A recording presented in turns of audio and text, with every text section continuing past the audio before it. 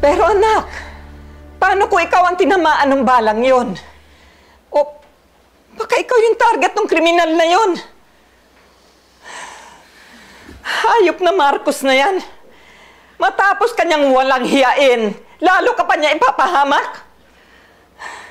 Ano? Kailan ba magkakamala yan? Walang nakakaalam kung kailan siya magigising, Nay.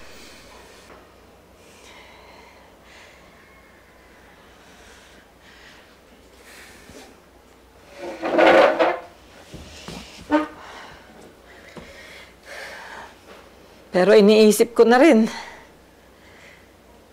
Ngayon, hindi na talaga siya makakawala.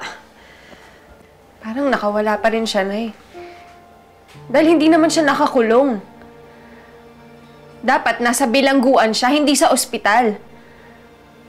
Lumalabas tuloy, nadaya na naman ako ng hustisya. Anak, hindi.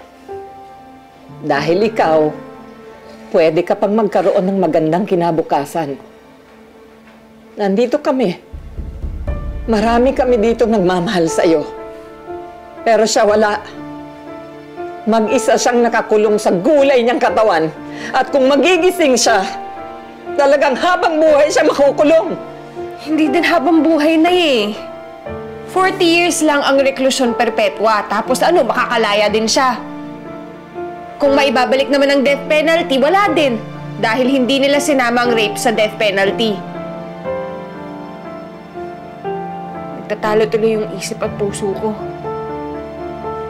Sapat na ba na mabuhay siya at makulong? O dapat mawala na lang siya?